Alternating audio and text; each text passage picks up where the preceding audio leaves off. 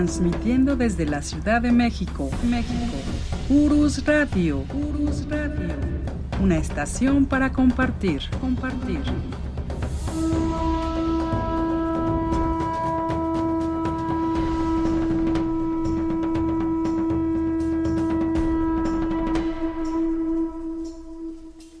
Hola, ¿qué tal? ¿Cómo están? Los saludos, soy Doris. Estamos aquí en su programa de La Verdadera Historia de México. Hoy estamos a 22 de abril de 2024. Por acá está también con nosotros el profesor Francisco Mendoza, que muchos de ustedes ya lo conocen, es quien nos habla de México de una manera diferente. Profesor, ¿cómo está? Buenas noches. Licenciada, buenas noches. Amigos de Urus Radio, ¿cómo están? Qué gusto saludarlos. Un lunes más por aquí con ustedes. Todo un placer, licenciada. Un lunes más y con esta serie que ha gustado mucho, profesor, la intervención, la segunda intervención francesa. Y que de hecho, usted lo comentaba, que muchos nos vamos cuando es la segunda intervención francesa o hablamos sobre el tema, nos vamos directamente a pensar nada más en lo que era la batalla de Puebla, por todo este lugar, el centro, pero no nos imaginábamos que todo el país estaba también en esta situación. Sí, de la batalla de Puebla pues nos vamos casi al fusilamiento de Maximiliano y se acabó la intervención francesa. No, es tremendo lo que se vivió en el país entre el 62 y el 67 del siglo XIX, fue tremendo verdaderamente. Sí, profesor. Pues ahorita estamos ya con esta idea de tener un episodio como el de la semana pasada que nos dejó, pero así con la boca abierta, o por lo menos a mí, que fue tremendo, profesor. ¿De qué nos va a hablar el día de hoy? Pues hay varios temas, licenciada, pero pues ya para iniciar, licenciada, pues solamente agradecer a nuestros amigos de la FES Aragón la bienvenida que nos dieron, la atención que tuvieron con nosotros. Bueno, las felicitaciones, les agradecemos mucho que nos felicitaron. Bueno, pues todo estuvo perfecto allá en la FES Aragón. Sí, así es. Agradecemos a nuestra amiga Zuli, que fue quien nos invitó, al jefe de carrera de Relaciones Internacionales. Muchas gracias. También había otros egresados y otros alumnos que ya están por egresar y les agradecemos infinitamente. Y bueno, ahí estamos a disposición para alguna otra vez que nos inviten, licenciada, y pues tenemos algunas conferencias pronto, ¿lo anuncia ahorita o al final? Al final, profesor, igual algunos saludos al final. Nada más a nuestros amigos de aquí del chat, muchísimas gracias por estar lunes tras lunes aquí con nosotros acompañándonos. Adelante, profesor. Bueno, pues entonces comencemos, licenciada, amigos. Segunda intervención francesa, ya estamos finalizando el año del 63. Un año fatídico, verdaderamente fatídico. Se gana Puebla, pero se pierde en el 63 con el sitio y las cosas no pintaban nada bien. Amigos, la narración de hoy o la plática de hoy está un poquito compleja porque hay que explicar sobre un mapa, ¿sí?, todo lo que aconteció en este tiempo y cómo se van dando las circunstancias. De pronto, por ejemplo, cuando hablamos de la Guerra de Reforma hablamos mucho del centro del país, aunque hubo acontecimientos en varias regiones, pero más que nada el centro del país, el Bajío.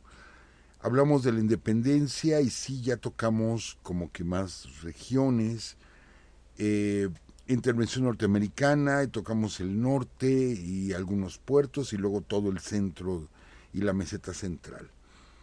Pero hablar de la segunda intervención francesa es saltar de un lado al otro del país, así por completo. Todo estaba, ocurriendo casi simultáneamente. Entonces es lo que nos puede enredar un poquito.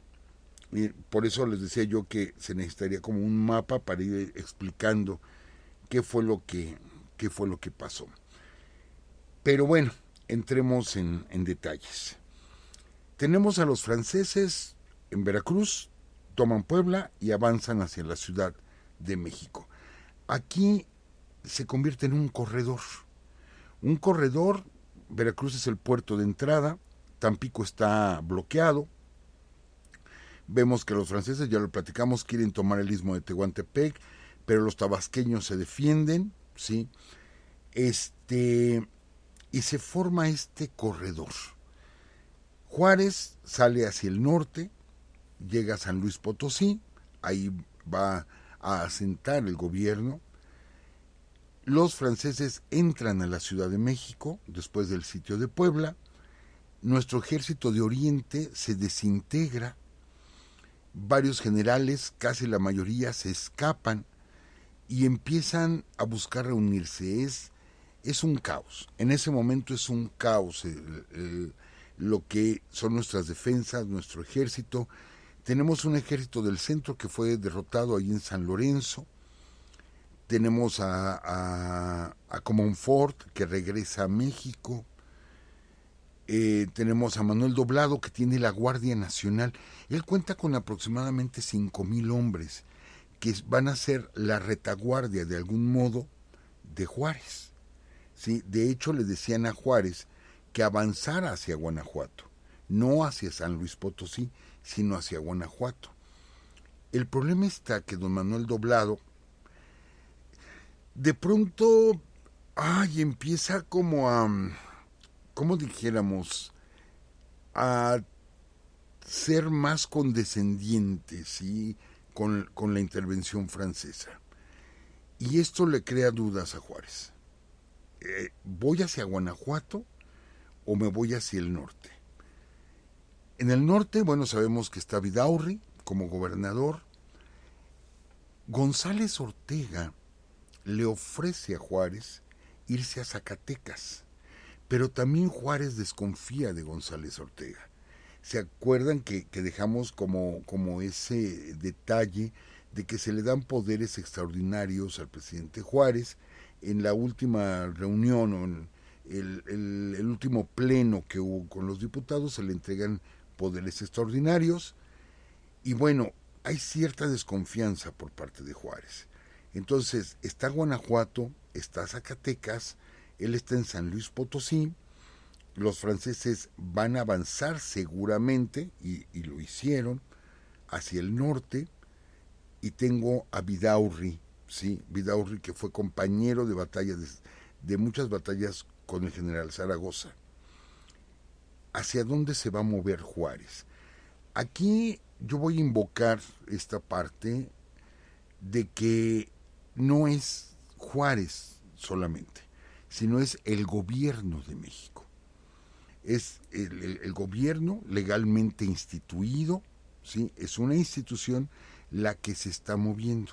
Siempre se habla de Juárez, pero no, Juárez va con sus ministros, una caravana, ¿sí? Lenta la caravana, porque aparte lleva el Archivo Nacional, para poderle dar esa imagen de legalidad, esa imagen de que el gobierno sigue constituido. Eso era muy importante, muy, muy importante. Entonces, Juárez lo tenemos ahí en San Luis Potosí. No hay un control, aunque él tiene el poder, pero no lo puede ejercer, puesto que los franceses comienzan a avanzar. Bien, es como introducción. Están los franceses en la Ciudad de México. Por allá se está ya preparando Maximiliano, pero Maximiliano pide que el país esté pacificado. ¿Sí? Que el país esté pacificado. Platicábamos la semana pasada cómo es que llega Maximiliano y de pronto no se imagina todo lo que está pasando en México. No tiene ni idea de lo que está pasando en México. Por ahí nos preguntaba una de nuestras amigas en el chat. Entonces vino engañado, no tanto engañado, sino mal informado. Yo lo concretaría así, estaba mal informado. Pero bueno, entonces tenemos que la Ciudad de México es tomada por Forey, que tiene entre sus generales a Bazán. Forey toma la ciudad, que se la entregaron. pasándose al bando imperialista. ¿Se acuerdan que quedamos que íbamos a hablar de imperialistas y republicanos? Ya va a ser el adjetivo que se va a estar manejando. Entonces, Bazán empieza a recibir hombres, llega a tener, ¿sí?, el mando de 48,000 hombres, de ese tamaño. Llega a tener el mando de 48,000 hombres, más los mexicanos que se pasan del lado imperialista. No olvidemos que venimos de una guerra de reforma pocos años antes y México estaba dividido. Los perdedores en la guerra de reforma, los conservadores, deciden unirse al imperio. Muchos, no todos, tenemos algunos generales que incluso estuvieron en Puebla, que fueron conservadores, se pasaron, como Miguel Negrete, se pasan al lado republicano. Pero muchos más, sí, se van a pasar al lado imperial. Sobre todo, y lo decíamos la semana pasada, asusados en muchos casos por el clero local. Sí, por el clero local. Ellos no sabían lo que iba a pasar cuando Maximiliano estuvo con Pío IX, de que Maximiliano dijo, pues las leyes están bien, eso es lo correcto, y desde ahí ya hay un problema.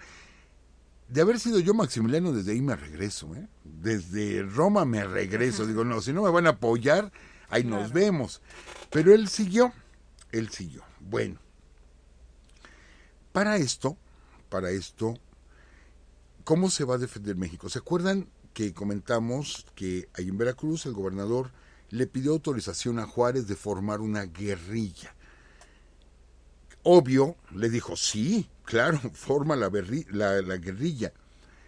Entonces, imaginemos el mapa de México y les repito, se forma un corredor, ¿sí?, de Veracruz hasta la ciudad, pasando ya sea por Jalapa, por Puente Nacional, o pasando por las cumbres de Aculcingo. Hay dos caminos. Después es bajar hacia Puebla y entrar a la Ciudad de México vía Tlaxcala, ¿sí?, o vía por lo que ahorita conocemos como Paso de Cortés, que normalmente era vía Tlaxcala. Ahí está ese corredor y hay que mantenerlo libre porque ahí está la comunicación, el abastecimiento, la llegada de hombres, la llegada de armas, la salida de heridos, prisioneros que se envían a Francia. Todo se está moviendo en ese corredor. ¿Qué había que atacar? Ese corredor. Había que atacar los convoys franceses, ¿sí?, que llevaban provisiones, que llevaban cartas, que llevaban documentos, que llevaban instrucciones, que llevaban correo. En fin, era una movilización enorme la que había ahí. Y bueno, estaba cortada la línea del telégrafo. Bazán, cuando llega a la Ciudad de México, lo que va a ordenar es que se vuelva a conectar la línea de telégrafo para estar en comunicación con el puerto, intentar como poner orden. Entonces, sí, surge algo que, bueno, va a ser una mancha tremenda en la intervención. Sí, surge un personaje, Charles Dupin. Charles Dupin es encargado, ¿sí?, de formar la contraguerrilla. Es la primera vez que el ejército francés, que es un ejército colonizador, que va a estar en muchos frentes en todo el mundo, va a formar una contraguerrilla. ¿Por qué? Porque no podían con los guerrilleros. Y esto lo vimos en la batalla de Camarón. No van a poder con los guerrilleros. Y nuestros guerrilleros avanzan en todas partes, atacan y se vuelven a meter al despoblado. Y no los pueden atrapar. Entonces Bazán decide armar una contraguerrilla que llegó a tener entre 300 y 400 hombres. Pero ¿cómo funcionaba la contraguerrilla? La contraguerrilla era salvaje, por eso hablé de una mancha, era salvaje. Era guerrillero que yo capturaba, guerrillero que en el momento era muerto. Si yo entraba a un poblado, llegaba y decía, a ver, ¿quién está apoyando a los guerrilleros? ¿Quién está apoyando a los chinacos? No, pues nadie. Ah, no, nadie. A ver, señor cura, usted venga para acá. A ver, usted nos va a decir dónde viven, ¿sí? Y esto sucedió en muchos poblados, Coscomatepec, Cozoleacac, muchísimos poblados que tomó Charles Dupin, donde llamaba al cura del lugar y decía, usted dígame quiénes son los que apoyan a los chinacos. Y el sacerdote, quizá, porque lo vimos varias veces, o lo hemos visto varias veces en la historia de México, violando el secreto de confesión, en algunos casos, ahí sí supongo, porque les digo, sucedió muchas veces, denunciaba quiénes eran los que apoyaban a nuestros guerrilleros, a nuestros chinacos. Y entonces Dupin dejaba los poblados con decenas de casas incendiadas, y si capturaba hombres que atendían su tierra y después se iban a pelear y luego regresaban, como siendo, no dándose a notar, pero lo señalaba el cura del lugar, u otros que simpatizaban con el imperio, ahí mismo eran muertos. Fue asesinatos los que se estuvieron cometiendo, porque nada más bastaba decir él, y sin juicio, y sin nada, nada. Él, venga para acá, lo fusilo o lo ahorco. Sí, entonces, esto provocó, amigos, que incluso varias poblaciones donde hubo personas que se mantuvieron al margen, sea por su edad, sea porque no simpatizaban con ninguno de los dos bandos, sea a lo mejor por temor, por lo que ustedes quieran. Había personas que no simpatizaban o no estaban adheridos ante el salvajismo con el que eran tratados, se fueron a la guerrilla. Entonces, en lugar de aplacar, sí, capturó a muchos guerrilleros, a muchos chinacos, Charles Dupin, capturó a muchos, pero en lugar de aplacarlos, lo único que hizo fue exaltarlos. La gente estaba molesta, muy molesta.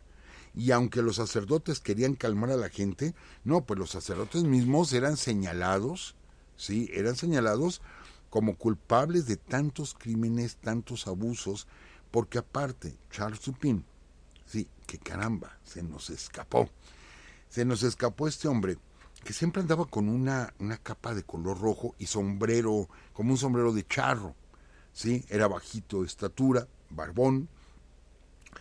Este hombre llegaba y saqueaba a los pueblos. De hecho, él hizo una fortuna, y lo decimos así abiertamente, él hizo una fortuna con el saqueo, ¿sí?, que realizó a decenas de poblaciones. Entonces llegaba, saqueaba, colgaba de los árboles a personas, los fusilaba, incendiaba y se iba. Sí, así como podemos hablar de la gente de Camarón que enaltecieron su orgullo de pertenecer al ejército francés, pues este hombre, la verdad es que deja esa mancha por su espíritu criminal, ¿sí?, de este francés. En ese marco, vamos a tener cuidado con lo siguiente. En ese marco vamos a tener un combate. No podemos hablar de batalla por la cantidad, no era tanta la cantidad de hombres peleando, en la población de Totoapan, Veracruz. Está documentada el combate, está documentado de cómo las fuerzas mexicanas, esto está muy cerca de Minatitlán, ¿sí?, ahí en esta zona, en una barranca, ahí en Totoapan, Veracruz, donde se va a enfrentar fuerzas mexicanas contra fuerzas imperialistas. Acuérdense que ya están mezclados. A veces era un pequeño grupo de franceses con centenares de mexicanos imperialistas. Por eso hemos dicho varias veces que casi era una continuación de la Guerra de Reforma. Pero bueno, se van a enfrentar en esta barranca. Ahí la situación era que los imperialistas sí venían uniformados, nótese, lo subrayo, uniformados, venían bien armados, bien alimentados y tenían cierta disciplina militar. Y se van a enfrentar contra los mexicanos, contra los pobladores locales que no tienen armas casi, o las pocas que tienen son obsoletas, y de pronto la situación va a ser por un cañón que traen los imperialistas y que con eso están diezmando, ¿sí?, a los mexicanos. Los mexicanos se lanzan a conseguir ese cañón. Al final ese cañón se va a un barranco, lo rescatan los mexicanos y comienzan a disparar contra los franceses y los derrotan. Esta batalla se va a dar el 18 de octubre de 1863, perdón, este combate. El 18 de octubre de 1863, donde se va a derrotar, ¿sí? Esto no cambió la historia, no la cambió, eran 300 contra 400, cuando en otras batallas hablamos de decenas de miles. No iba a cambiar la historia, pero hay un hecho significativo con el cual tenemos que tener cuidado. Hay un personaje, ¿sí?, el lancero. De hecho, ahí en Totoapan existe el monumento de Lancero. Ahí está. Y se cuenta, se dice que él fue en un caballo, con una lanza, fue el que enfrentó a los artilleros para arrebatarles ese cañón. Entonces él traspasa con su lanza al artillero, laza el cañón y posteriormente con una mula jala ese cañón, que ese cañón caería a un barranco. Pero él fue el que se lo quitó a los imperialistas. Y actualmente existe el monumento de Luis el Lancero ahí en Totoapan. Bien, la cuestión es esta, y lo digo obviamente con todo respeto. No se ha documentado esta historia.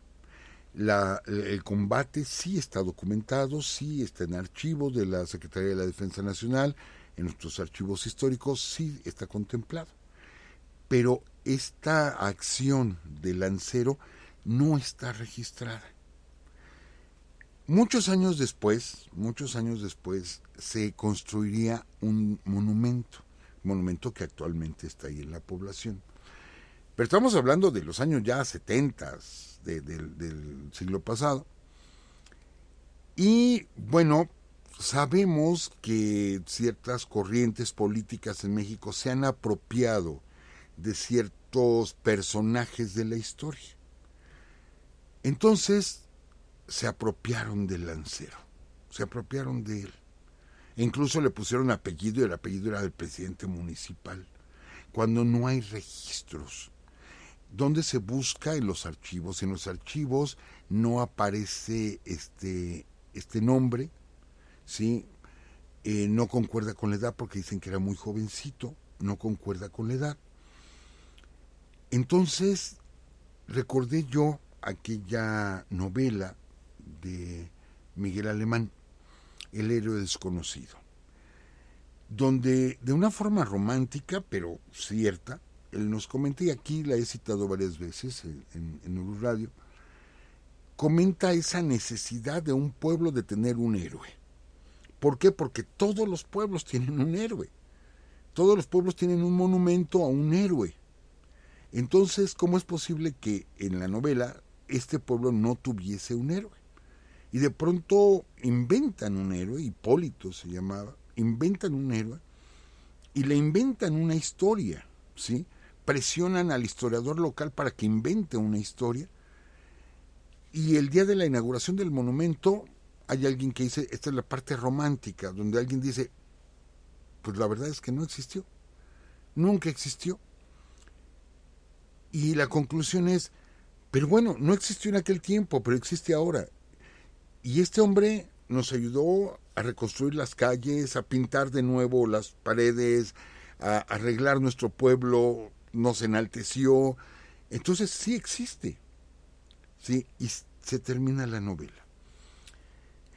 ¿Qué pasa con este personaje allá en Totoapan? Y si nos está escuchando alguien de Totoapan, bueno, quizá no esté muy de acuerdo con el comentario, pero buscamos muchísimas fuentes para poder certificarlo. Y bueno, se dice que esto pasó pero al no poderse comprobar no podemos darlo por hecho. Ahora, ¿cuál es mi propuesta, amigos? ¿Cuál es mi propuesta? Qué bueno que existe el personaje. Quizá no existió en la vida real, pero ¿cuántos lanceros mexicanos? Sí, lo hemos comentado aquí, si algo le han tenido miedo los ejércitos invasores ha sido a nuestros lanceros, a nuestros jinetes. ¿Cuántos lanceros han dado la vida y nadie los recuerda? Quizá este lancero no sea nativo de Totoapan, sin embargo sí representa, ¿sí?, lo que fue la resistencia del pueblo mexicano, sí la representa. Yo no me atrevo a negar el hecho, pero tampoco lo puedo afirmar, sería irresponsable de mi parte.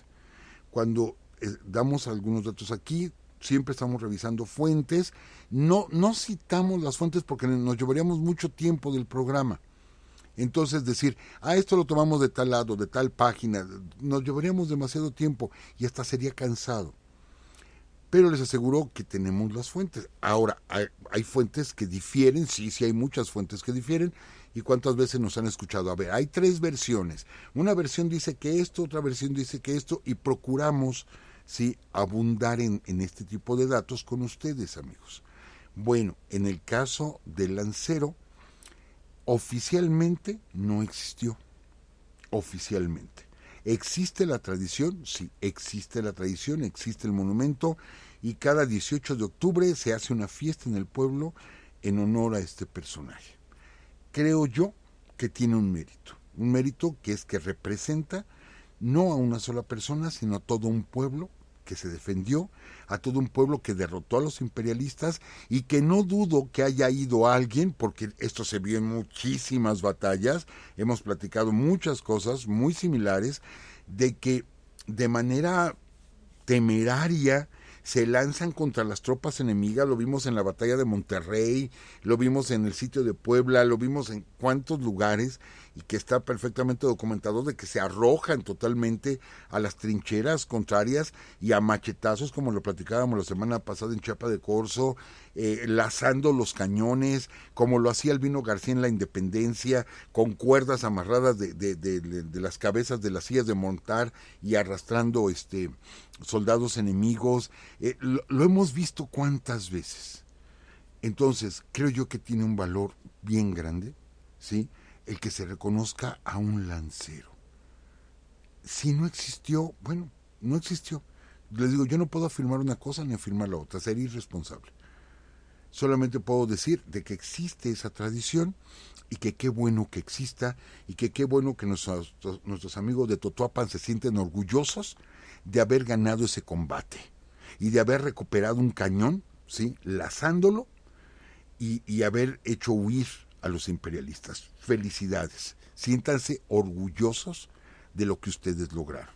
No fue quizá labor de un solo hombre, pero fue labor de cientos que me dicen aquí, Totoapan no existe ya, es como tal lo que hoy es Cozoleacaque, se llama así por el río. Gracias David Melgarejo, gracias por la información. O sea, lo absorbió, me imagino que absorbió Totoapan, Cozoleacaque, ¿sí? Gracias por la información. Y bien, ese es el espíritu con el que se está peleando. Amigo, licenciada, así se está luchando. Llega Bazán, ¿sí?, y forma 2 columnas. Una columna va a avanzar hacia Guadalajara y la otra columna va a avanzar hacia el norte, hacia Querétaro. La primera columna avanza por el rumbo de Toluca y va rumbo a Morelia. La segunda columna avanza rumbo a Querétaro, que Querétaro se declara, ¿sí?, imperialista, no hay ninguna resistencia, y comienza a avanzar hacia San Luis Potosí, que es donde se supone que está Juárez. Que Juárez, cuando conoce este avance, comienza a movilizarse y avanza hacia Saltillo. El gobierno de México avanza hacia Saltillo. Bueno, ¿quién va por esos caminos, ¿sí?, hacia el norte? Pues nada más y nada menos que Tomás Mejía, Leonardo Márquez, que conocen perfectamente esa zona, aquí lo hemos dicho y hemos reconocido, ¿sí?, la gran capacidad del general Tomás Mejía. Leonardo Márquez nunca vamos a hablar bien de él, así de plano lo sabemos, nunca vamos a hablar bien de Leonardo Márquez. Pero bueno, comienzan a avanzar estas dos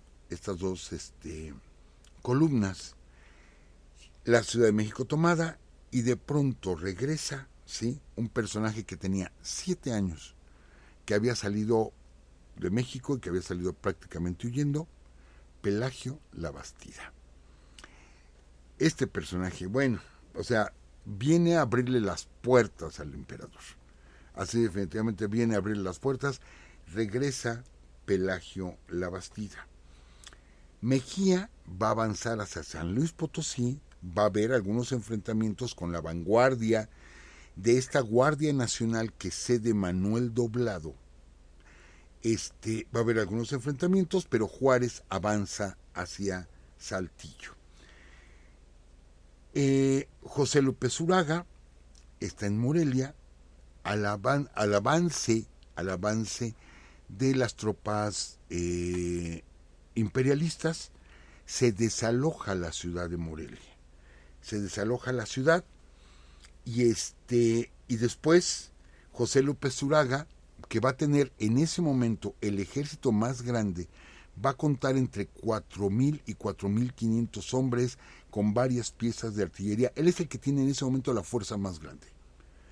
Entonces entran los imperialistas a Morelia, ¿sí?, y él decide atacarlos ya dentro de la ciudad entre el 17 y 18 de diciembre de 1867. Amigos, se va a dar una batalla terrible en el centro de Morelia. Es una batalla que casi está olvidada, la batalla que se da en Morelia. Estamos hablando, fíjense bien los datos que fui encontrando. La cantidad, o sea, el tiempo que duró la batalla, que al final fue perdida por los republicanos y tuvieron que avanzar o retirarse hacia Guadalajara, fue perdida. Pero bueno, López Uraga atacó, perdió, pero el tiempo que duró la batalla de Morelia y la cantidad de balas que se dispararon, eran miles de hombres enfrentándose, ¿sí?, nos da un promedio de 8,000 disparos por minuto. 8,000 disparos por minuto fue el promedio, ¿sí?, de lo que se disparó en esa batalla. Imaginemos eso, o sea, 8,000 disparos. Quiere decir que ahorita que empecé yo a comentar y que dije 8,000 disparos, llevo como 40 o 50 segundos que lo dije, ya se dispararon 8,000 veces. Imagínense la cantidad enorme, o sea, era pelear con todo. Desgraciadamente se pierde Morelia y los restos del ejército de López Uraga se retiran hacia Guadalajara. ¿Qué pasa? Que esta columna de imperialistas, esta columna de franceses y algunos mexicanos e imperialistas comienzan a tomar poblaciones y se empiezan a concentrar para atacar Guadalajara, porque ahí se están concentrando fuerzas republicanas. Van a tomar la ciudad de La Piedad, van a tomar la ciudad de Zamora y posteriormente bajan un poco al sur y van a tomar con resistencia la ciudad de Uruapan. Entonces tenemos a los franceses amenazando Guadalajara, pero ya tomando varias poblaciones, ¿sí?, del estado de Michoacán. Es esa columna que va avanzando. Esto lo comento por lo que se viene después, porque entonces hablaremos de la batalla de Tacámbaro, hablaremos de Zitácuaro, hablaremos de muchos combates que se van a dar ahí. La resistencia va a ser feroz en el estado de Michoacán. Entonces, es un repliegue estratégico, porque se habían perdido ya muchos hombres con lo terrible del combate, de la batalla, y avanzan hacia Guadalajara. Bueno, ¿cómo vamos acomodando, amigos, nuestro mapa? ¿Sí? ¿Cómo lo vamos acomodando? Imagínense, les digo, esas dos columnas, una avanza hacia el norte, van hacia San Luis Potosí, y la otra avanza hacia el occidente, amenazando directamente Guadalajara. Bien, para esto, pues vamos a tener una baja muy importante entre muchas bajas. El general Ignacio de la Llave, que pelea en Puebla y que él lleva una cantidad importante de dinero. Manuel Doblado, que está en Guanajuato con la Guardia Nacional, que casi es lo único que tenemos, junto con la gente que formó López Uraga, va a ceder una escolta para que se proteja Juárez, ¿sí? Le envía hombres, primero lo invita a Guanajuato, Juárez dice que no, y le envía hombres para que cuiden su retaguardia, pero al mismo tiempo auxilian a varios generales que escapan del sitio del Puebla. Cuando Ignacio de la Llave se acercan estos hombres enviados por Manuel Doblado, pasa por Pachuca, o sea, de Puebla hacia Pachuca, y va hacia el norte para encontrarse con Juárez, para alcanzar a Juárez, y lleva una importante cantidad de dinero en monedas de oro. Y resulta que, bueno, en un movimiento que hacen de cargar una carreta, se rompe uno de los sacos y la guardia que había enviado, o algunos elementos de la guardia que había enviado Manuel Doblado, ven el contenido y se dan cuenta de que son monedas de oro. Y en un descuido de Ignacio de la Llave, ¿sí?, le disparan por la espalda. Lo lesionan, roban este oro, recogen al general de la Llave, muy malherido.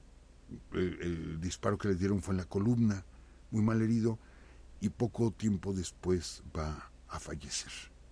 Y sí, lo tenemos que decir, fue un robo, y fue gente que envió Manuel Doblado. No fueron instrucciones de Manuel Doblado, aclaro, no fueron instrucciones, fue gente que vio el momento, y recuerden el dicho que dice, ¿no?, la ocasión hace al ladrón.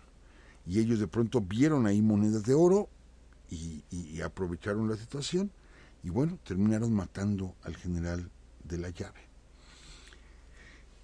Sí, hay que platicarlo, hay que decirlo, no lo podemos ocultar. Qué triste que esto haya pasado, cuando ese dinero era para pagar alimentos, pagar armas, no sé, tenía otro objetivo, no era como para disfrutarlo un rico y humillar al pobre, no, era para sostener una guerra. Sin embargo, pues qué lástima, pues, sucedió. Entonces,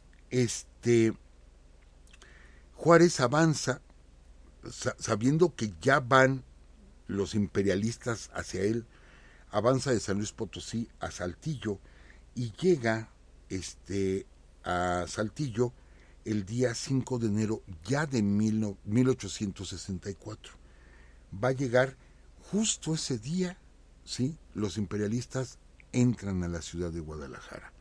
Las tropas republicanas deciden no enfrentar en ese momento a los franceses, a los imperialistas, no los enfrentan y abandonan la ciudad de Guadalajara y la ceden al imperio, ¿sí?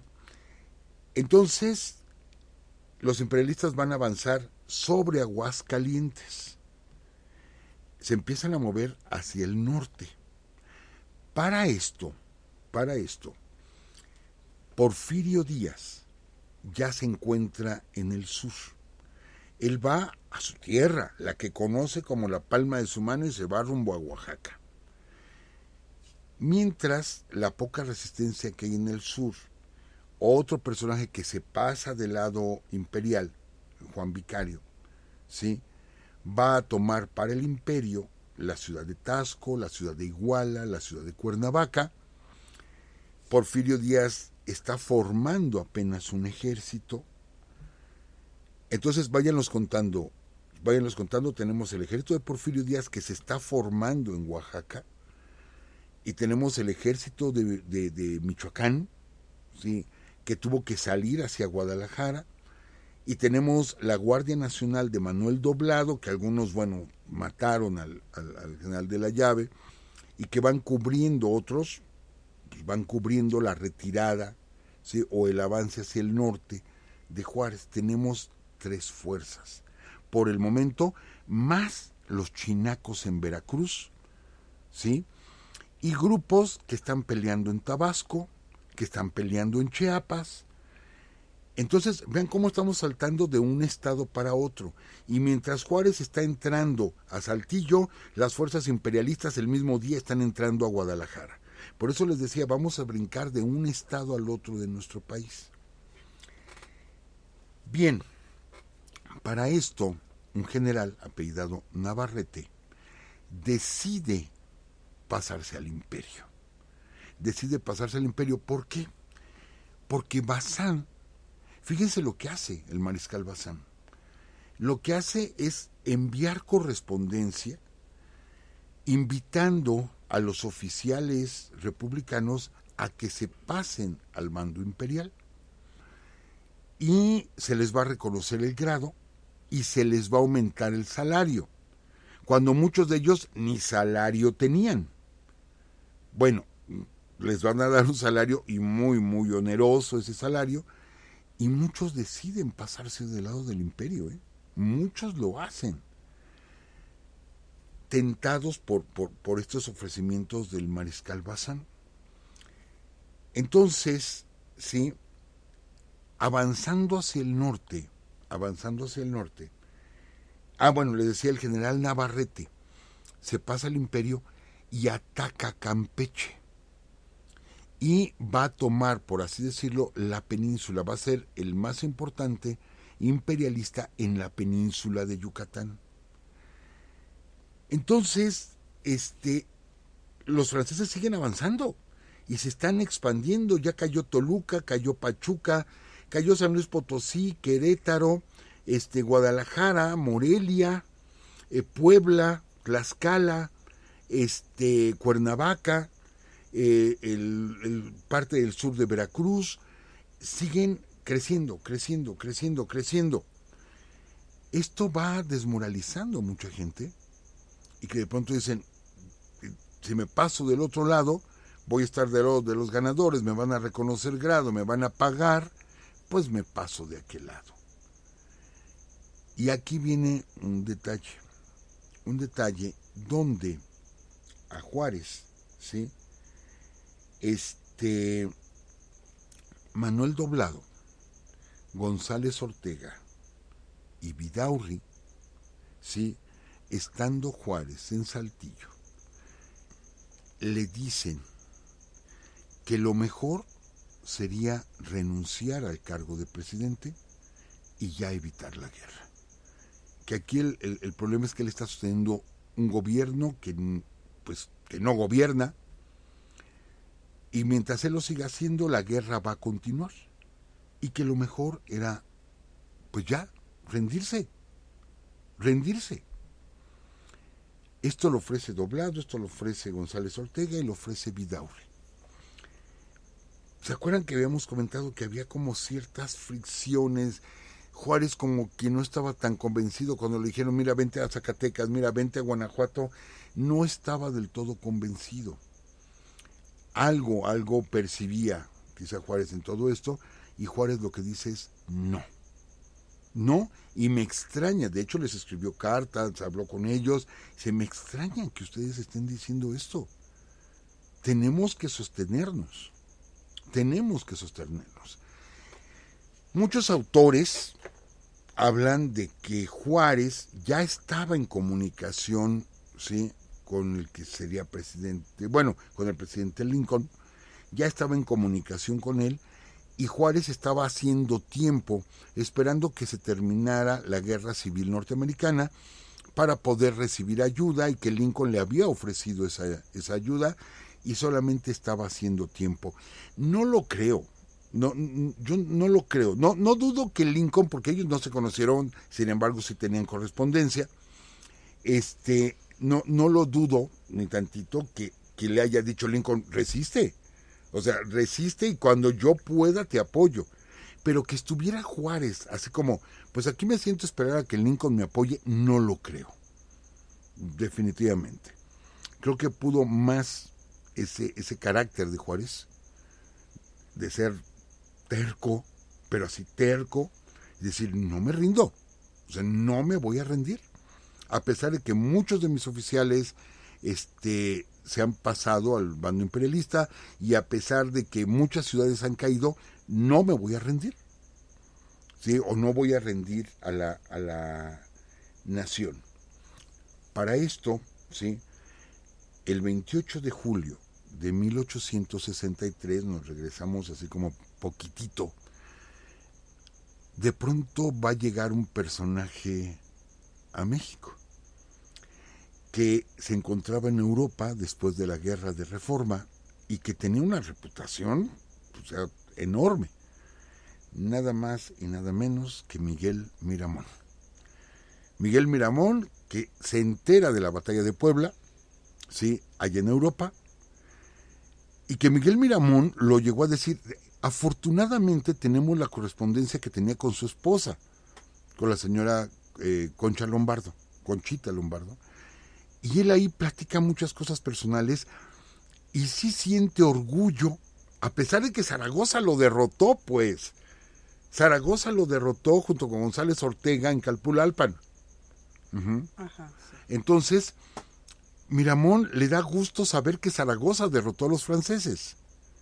Y después se entera del sitio de Puebla y de varios detalles, y él le comenta a Conchita Lombardo, palabras más, palabras menos, que sí le dolió. Entonces él viaja hacia los Estados Unidos y él ya tiene una fama. Y él está en correspondencia y está en contacto con muchas personas. ¿Hacia dónde va avanzando Juárez? Por eso les decía, necesitábamos un mapa. ¿Hacia dónde va avanzando Juárez? Hacia el norte. Es la frontera con los Estados Unidos. Y Miramón está en el norte. ¿Y qué le proponen a Miramón? Fíjense, amigos, ¿qué le proponen a Miramón? Forma un ejército o junta hombres y ataca a Juárez, que va hacia el norte. Atácalo. Nunca sucedió, nunca sucedió, pero era la idea de varios. Pues si Juárez va para allá, pues que le salga Miramón de frente, ¿sí? Miramón va a estar por Tampico, va a llegar a la Ciudad de México, y él tiene una duda. Y lo tenemos, miren, sí, hay que decirlo, pues, hay que decirlo. No es que me esté escudando en que vámonos por la mitad, no, desgraciadamente se dieron estas circunstancias y cada quien tomó sus decisiones. Pero Miramón no estaba tan contento con los franceses aquí. Él había sido presidente y pierde la guerra de Reforma y lo apoyan los conservadores, etcétera, pero él no está tan contento, así de plano. Llega, de todos modos, precedido de una gran fama, lo recibe en la Ciudad de México el mariscal Bazán, lo recibe, y ¿sabe qué?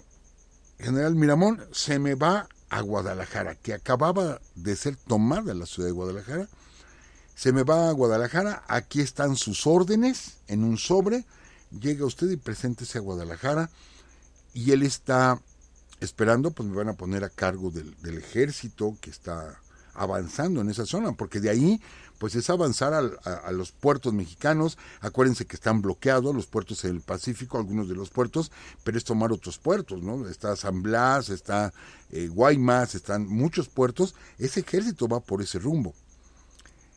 Y ándele que no, y que le dicen que se ponga bajo las órdenes, ¿sí? Ni siquiera de un general, era de un coronel, que se ponga bajo las órdenes de este coronel. Y Miramón, híjole, sabiendo quién era él mismo, dice, no, ¿cómo me voy a poner yo a las órdenes? Yo soy el general Miramón, no me voy a poner a las órdenes de un coronel. Y se regresa a la Ciudad de México y le dice a Bazán, ¿saben qué? Muchas gracias, pero yo no le entro. Entonces, ¿sí? Bazán escribe a Napoleón III y le dice que Miramón es un soberbio, es un engreído, que se le dio la oportunidad, pero que él no quiso. Entonces le hacen una propuesta a Miramón, que igual los amigos de Miramón le decían, mira, ve esta opción, no servir al ejército francés, sino formar un nuevo ejército mexicano. Sí, formar un nuevo ejército mexicano. Mucha gente lo va a seguir por la fama que le precede. Y esto es lo que le llama la atención a Miramón. Miramón no quiere a Juárez. Ese es un hecho, que no quiere a Juárez. Aquí no vamos a entrar en detalle porque lo sabemos. Pero sí le duele. Caray, Miramón fue cadete en el castillo de Chapultepec y en la batalla de Chapultepec contra los norteamericanos. Sí, yo estoy de acuerdo. Yo estoy de acuerdo. Estuvo del lado del imperio, ya sabemos cuál es su fin. Y después, cuando se van los franceses, austriacos, belgas, etcétera, se van de México. Bueno, los belgas se quedaron. Él es el que va a defender a Maximiliano. Caray, no era el lugar que le tocaba. Yo hubiera preferido que se hubiera convertido en un Miguel Negrete. Y de pronto decir, me paso del lado del país. Como lo dijo Miguel Negrete, antes que partido tengo patria.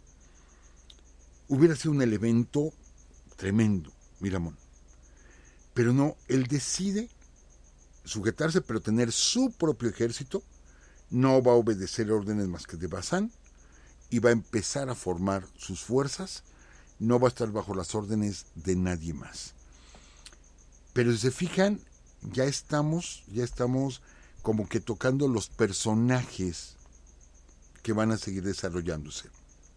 Bazán, Miramón, Mejía, Leonardo Márquez, Juárez, ya estamos hablando de todos estos personajes, y la semana que entra, porque se me fue el tiempo como siempre, licenciada, hablaremos de Mariano Escobedo, hablaremos de Ramón Corona, hablaremos de otros personajes. Bueno, ya hablamos de Porfirio Díaz, sí, cómo se va hacia Oaxaca y empieza a armar un ejército. Y esta es la segunda parte. Mientras los franceses siguen avanzando, mientras la guerrilla mexicana sigue hostilizando, sigue teniendo varios combates, se van a ganar varios combates, no son trascendentes, no cambiaron el curso de la guerra, pero se van a ganar varios combates, porque después se van a dar las grandes batallas, cuando toda la fuerza mexicana comience a cohesionarse, a tener un control.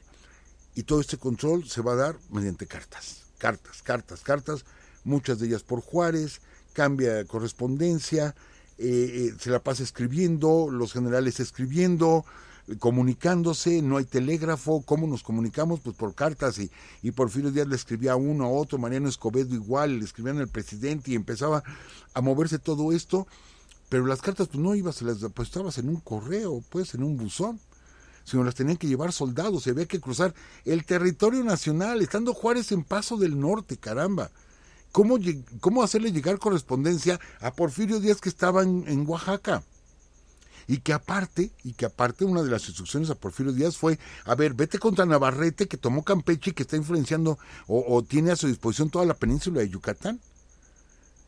Y la sorpresa, bueno, lo adelantamos un poquito, la sorpresa de que va a dar Díaz es que de Oaxaca, en lugar de irse hacia la península, él se va hacia Puebla. Este corredor es bien importante, bien importante, Ciudad de México, Puebla, Veracruz. Es bien importante por lo que se viene después. Entonces, ya pusimos las piezas en el tablero de ajedrez. Nos faltan unas cuantas, de las cuales vamos a platicar la semana que entra. Y pues ya están ahí, licenciada, y pues esto pues continúa para el próximo lunes. Profesor, no, por favor. Es que estamos así como que al borde del suspenso y ya, se acabó. No puede ser. Pues ni hablar, así es esto. Amigos, muchísimas gracias por acompañarnos. Hay varios mensajes que queremos darles, algunos anuncios. De hecho, el próximo 1 de mayo vamos a estar por allá por Querétaro. Entonces, no sé cómo vea usted, profesor, si hacemos una banquetera en el mismo lugar de la vez pasada. Allá ¿qué plaza fue? Es el Jardín Guerrero. en el Jardín Guerrero, pero a lo mejor nuestros amigos de Querétaro no quieren. Sí, es posible, profesor. Sí, no, a lo mejor. No, les hubiéramos preguntado antes. No. Allí estaremos. ¿Qué día, licenciada? El 1 de mayo, el Día del Trabajo. Sí, se quedó bien emocionante ver, pero pues el profesor ya saben, es así, nos deja picado siempre. Entonces, 1 de mayo, allí en Querétaro, en la plaza. En el Jardín Guerrero. Ahí nos vemos con nuestros amigos de Querétaro. A las 7:30. Fíjense, amigos, estar reunido con nuestros amigos de Querétaro y bueno, y de varios lugares cercanos que luego viajan para allá, y estar precisamente en la intervención francesa, y Querétaro fue fundamental. Conocemos varios lugares de Querétaro, el Templo de la Cruz, el Centro Histórico, o sea, varios lugares, pero ¿saben dónde yo no he podido entrar? Y esta vez le decía yo a la licenciada, tenemos que ir, ¿sí? Tenemos que ir al convento de Capuchinas. Las 2 veces que yo he ido, me toca cerrado, el convento de Capuchinas. No he podido estar ahí donde estuvo la celda de Maximiliano. No he podido estar ahí, entonces voy a aprovechar esta vez del 1 de mayo, que es día festivo, a ver si no nos cierran. No, dice domingos y días festivos de entrada libre, o sea, todos los museos abren, entiendo. Entonces, ese día sí nos daremos oportunidad de ir allá a Capuchinas, en Querétaro. Entonces, ya que estamos en este ambiente de la intervención. Sí, profesor, nada más que es 1 de mayo. Yo creo que muchos sitios están cerrados, profesor. ¿Usted cree que se cerrarán el 1 de mayo? Yo creo que sí. Es no sé si sea día inhábil. Saludos, César Domínguez, nos está acá mandando un mensajito. También Octavio Marín, serás mi pariente, Octavio, no sé, pues yo soy Doris Marín. Es posible. ¿De dónde eres, Octavio? Él está en Nueva York. Él está en New York. César Rosa nos sí, dice... Sí, hagamos una banquetera en Nueva York, sí. Nos dicen los amigos César, ¿ya hicieron una banquetera por Guanajuato? No la hemos hecho. Qué ganas de estar por allá. Pero bueno. Guanajuato no. Algo más le iba a comentar. Yo quería invitar a nuestros amigos, ya nos quedan 2 minutos, invitar a nuestros amigos que nos sigan escuchando en este programa de televisión digital, WOWMX.tv. Allí hay varios programas, y el programa de la historia del vino en México, pues estuvimos nosotros, y vamos a estar de este lunes en 8, o sea, de hoy en 2 semanas, ¿verdad, licenciada? ¿A dónde? Ahí en WOW. Es el 6. El 6 de mayo 6. Se va a transmitir en directo a las 4 de la tarde. La segunda parte de la historia del vino en México, y les tenemos unas sorpresas así enormes para ese programa. Pero mientras, si lo pueden ir escuchando y le ponen like, amigos, le ponen like. Y también el jueves, ¿es jueves 9, profesor? Jueves 9. Jueves 9, el profesor estará hablando de la batalla de Puebla en la alcaldía Gustavo Amadero, en lo que es el auditorio Quetzalcóatl. El profesor ya ha hablado de la batalla de Puebla, pero va a estar todavía más detallado. Como ahorita decía, hacen falta los mapas, va a llevar mapas y nos va a explicar bastante cómo estuvo esa batalla. La batalla de Puebla del 5 de mayo, vamos a estar entonces el 9 de mayo ahí en la alcaldía Gustavo Amadero, en la parte del estacionamiento, ahí está el auditorio Quetzalcóatl, los esperamos, que por cierto, siempre tiene muchas atenciones con nosotros, el licenciado Manuel, lo comento, amigos, siempre regala libros. Sí. O sea, llegamos a la conferencia y de pronto vemos mesas con libros, y es para todas las personas que asistan, les regala libros. No porque le quiera yo hacer publicidad, y saben que nos manejamos de manera apartidista, pero sí me llamó la atención porque qué bueno, y hay libros de Taibo, hay varios libros, y se reparten gratuitamente a todos los asistentes. Sí, fíjese que un amigo nos mandó un mensaje, dice que ahora que estuvimos en Colombia se acordó de que su abuelo, Socorro Piñón, era escultor y participó en la escultura de Simón Bolívar, que está en Colombia, me imagino que la que está en Bogotá, en la Plaza Bolívar, ¿no? En la Plaza Bolívar. Ahí estuvimos. Sí, pues gracias, Gamaliel. ¿Y qué más? Había un ¿Qué saludo más? especial de nuestro amigo César. Sí, por acá lo tenemos. Saludamos a Alejandra Fernández Maya, también a nuestro gran amigo y compañero de teatro César Aviña, que lo acabamos de ver apenas. No sabes qué gusto volverte a ver, César. Y pues saludos también a Alejandra. ¿Qué más? Hay algo que... también saludos a Juan Carlos Nava. Y hay dos amigos que están aquí en el chat y que son de Río Verde, San Luis Potosí. Pues gracias también por estar por acá. Sí, profesor. Licenciada, el último anuncio. Vamos a estar en Huejotzingo, Puebla. Sí, el 15 de mayo. El 15 de mayo es en el convento de Huejotzingo. Ahí en el convento de San Miguel Arcángel. A las 11 de la mañana. ¿Es en una mesa de diálogo, profesor? Sí, no va a ser conferencia, va a ser una mesa de diálogo que voy a tener, pues yo el honor, la verdad es que voy a tener el honor de compartir esa mesa de diálogo con el doctor Francisco Morales, él es franciscano. Yo voy a exponer sobre la vida de Motolinía, pero vamos a estar ahí en el convento de Huejotzingo, entrada libre ahí en el convento, y un marco fabuloso para hablar de este gran personaje de Motolinía, precisamente.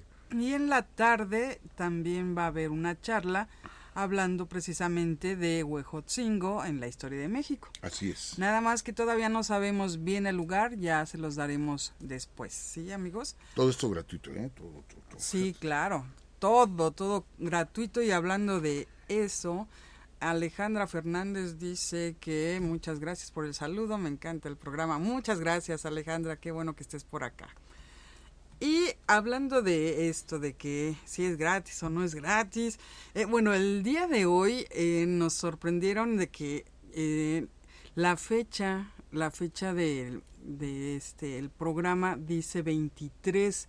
Yo pensé que yo había dado mal la fecha, porque sí estamos a 22 de abril, pero en sí en la plataforma dice 23. Vamos a checar cómo está la situación, porque modificaron un poquito la plataforma y apenas creo que fue el día de hoy que se modificó, y vamos a estar checando y vamos a preguntar qué es lo que pasa.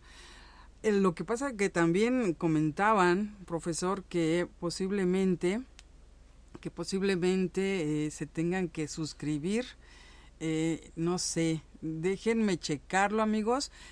Porque ahora estoy viendo precisamente en la plataforma que no se pueden descargar los episodios. A ver, díganme por favor si tienen esa posibilidad ahorita todavía de descargarlos.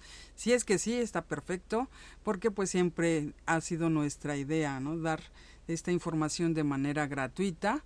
Y también Alejandra Palacios por acá dice: el día de mi cumpleaños, espero ahora sí verlos en Huejotzingo. Bueno, sí, profesor.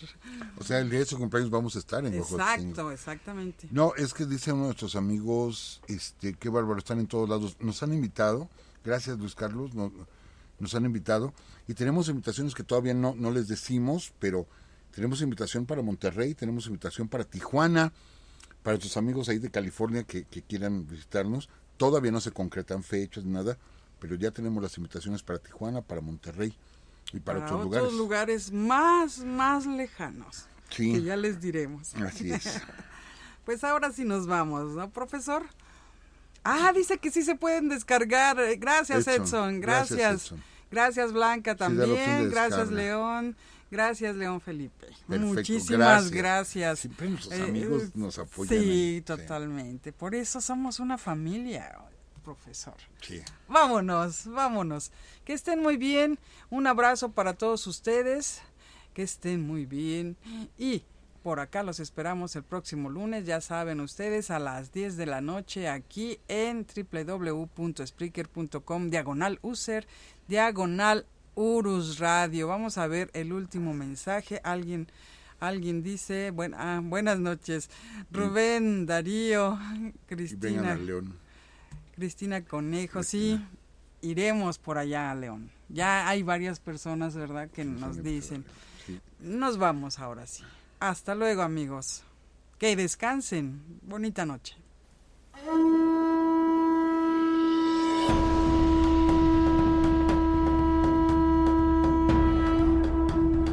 Esta fue una transmisión más de Urus Radio.